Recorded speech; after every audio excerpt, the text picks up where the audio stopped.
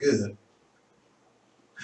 Did you all know that Jarvis College over at Hawkins, Texas, is about 100 miles east of Dallas, just north of I-20 and US 80 that goes straight through Mineola and what case Hawkins into the campus, and just north, a little bit northeast of Tyler. Did you know that Jarvis Christian College is part of the Christian Church for the Texas Tech and Abilene Christian and all of these Christian universities are a part of what Jarvis College is?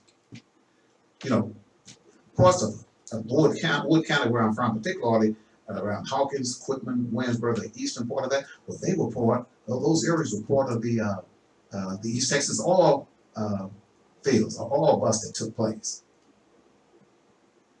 There are oil wells on the campus of Jarvis Christian College that are pumping to this day. They've been pumping almost 100 years.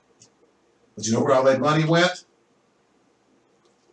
Because come on, Texas Christian University and Abilene Christian, all these other Christian schools, big or small, they were ciphering that money from Jarvis College to help to build these mega universities, Texas Christian and others.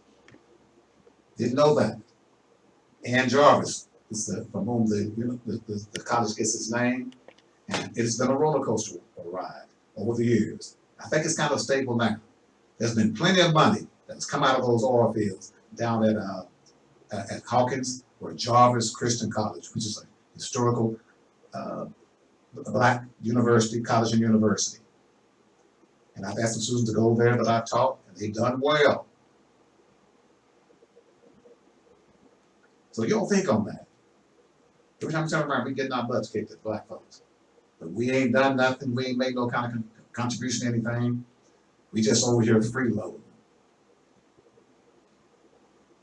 And you know what? Sometimes, Brother Ty and Brewster, we conduct ourselves and help to prove that.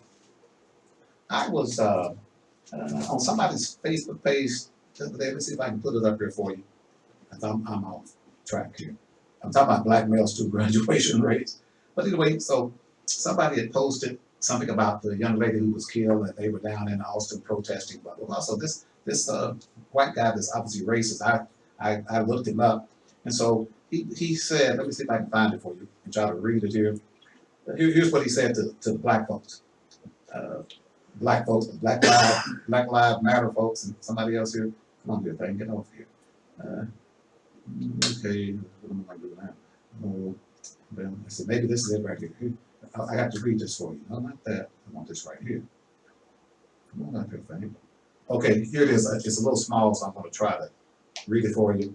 A guy named Myers wrote, so where are all the black baboons and BLM riots over the death of Jasmine Barnes?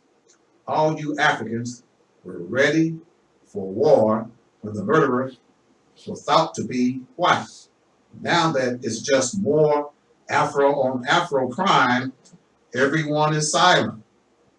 This is the exact reason no one takes all you race baiters serious. That's what he wrote. That's what he posted. So you sit there, you're not analyzing, and you're not thinking, and you're not educating, and make sure your kids get educated, and these preachers give these preachers all your money and stuff like that. It's those that's walked into churches and kill folks. Every time strange folks come to my church, I be looking at them, Brother Ty. He'd be black, white, or brown. You might kill me, but I will fight some kind of way. If I can do, can't do anything but blink my eyes twice. So my kids said, "What does that mean, Mr. Tave? Well, you blink your eyes twice, and you got a death grip on me, you about to shoot me or burn me up and set me on fire. And if I can't do nothing, I'm gonna blink my eyes at you twice in defiance."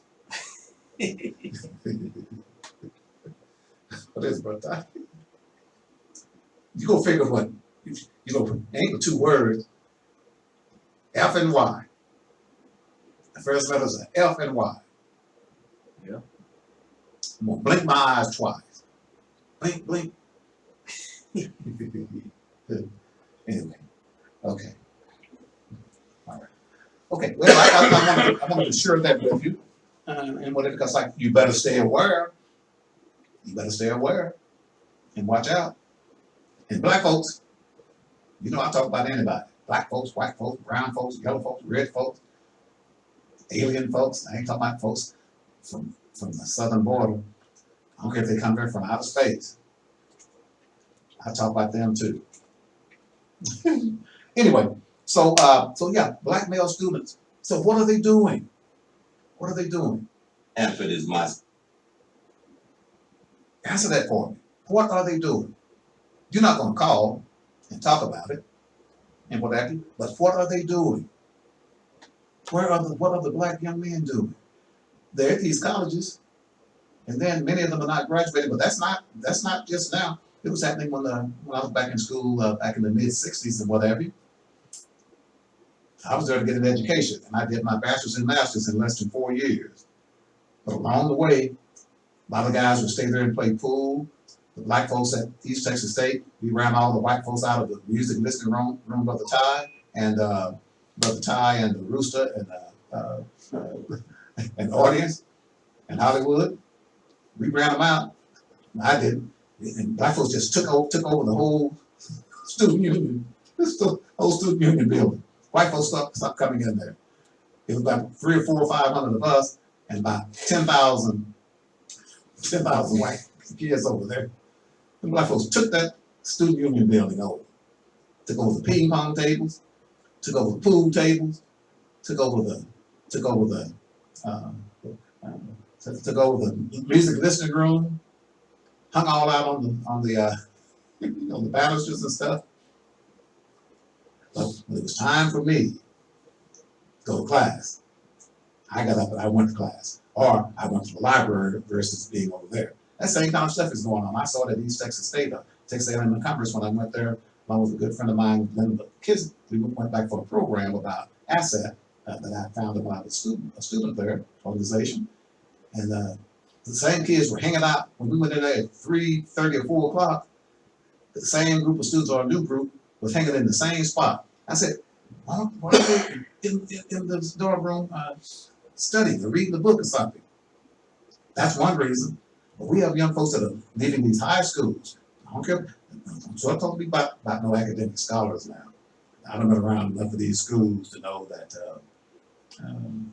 sometimes academics aren't what they appear to be on paper. Make my day. What did you say? Esther, not today, sugar. Not today. I was visiting with a buddy of mine earlier. He was talking and stuff like that. Got me all messed up in the head. Not today, Esther. Oh, why you shut up, Esther? Now, I didn't want to say it because I respect women. I let Fred loose on you. Okay, all right. So well, we need to address this. And I've been working on a project to have an educational summit entitled "The Crises in Black Education." And some people have said they were supported financially and otherwise, and I just get strung out. But the crises in Black education, and there are many things. Black kids that can't read, Black boys that can't read. If they're not reading in 3rd grade, not reading in 5th grade, not reading in 9th grade, when they have to do lots of reading in 11th and 12th grade, they aren't going to do very well. So they will be angry. They'll come in class, they want to sleep, and then dare you to say anything to them. So we've got to get on top of that. We have to get on top of that. I don't care how much money the state pumps in. If we don't do our part as Black families and Black professionals and Black parents particularly, if we don't do our part, all the money in the world won't fix that. Well, look at what happened during the civil rights era and things of this nature. And segregation. We were behind. We didn't have the books they had at Middle High School, but we had some doggone good teachers, some excellent teachers that challenged us. They sacrificed. And you know what I'm talking about. You come out of East Texas, even places here in Dallas and elsewhere. and in Arkansas, Florida, and wherever you are, New York, California, we had some damn good teachers, and they taught me. They would go study at universities like the University of Colorado and elsewhere when they couldn't study at universities here. They would go and study during the summer. And just like with Sally Hemings, Thomas Jefferson dipped into her pomegranate thighs over the years. When he was on his deathbed, he would not free her. Well, when they so-called desegregated the schools in East Texas, that's where my principal had a master's degree in education administration. He went over to Mineola High School. They made him a counselor. And guess who they made the principal? Brother Ty, the high school football coach. No masters, but he was the high school football coach. They made him the principal. And the black guy had a master's degree in education administration. That's just as bad as what Thomas Jefferson did to Sally Hemings. It's still going on, and there's some black folks that are running districts and what the case is. And we're doing the same thing. Shame on you. We're doing the same thing. Oh, there was nobody. My kids out of school. My kids are grown. They're doing good. They're doctors and lawyers and engineers and la-di-da-di and what the case is. Oh, who cares? It doesn't bother me. I'll just pay my taxes and I go on. But it impacts all of us, and it impacts society. See, I hate to blame white folks for a lot that's going on now. Blame some black folks. Okay, anyway, let me see here. Okay, so we need to do something about this graduation rate. What is going on? I'm going to have to get a panel back in. I had a panel of you all, some of you all that are just joining us over the last few months. I had a panel that came in and early on had some heavyweight educators and former educators and others who are expert about education, what's going on with taxing and matters that have to do with our school and our children. I'm going to have to bring them back. And so we can redo this. Because we are slipping into darkness. I think War somebody had that song out. Yeah, slipping into darkness.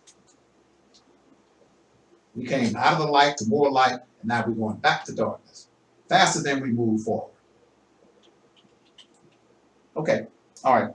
Democracy in 45. So he's down there right now talking about that wall. I don't. But democracy. I don't give a damn. Oh, there are a lot of folks out there who don't give a damn. What's that man's name? That just did that.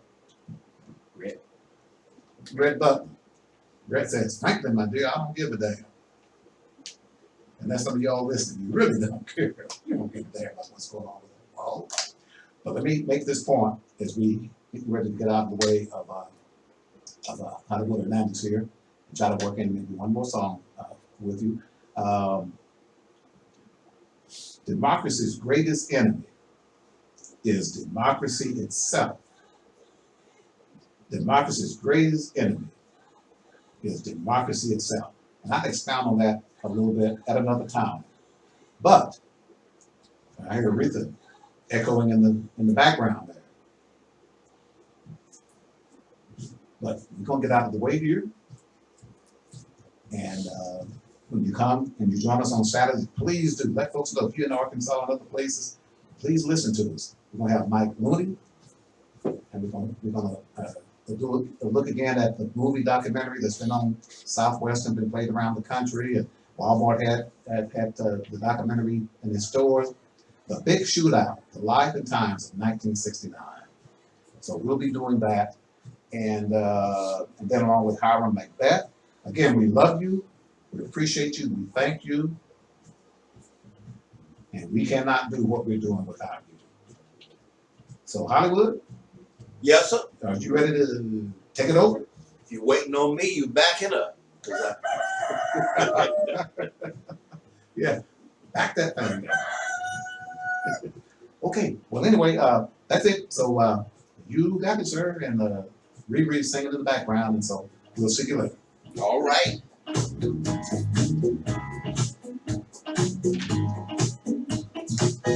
You know, Jennifer Hudson is gonna play Aretha Franklin. Really?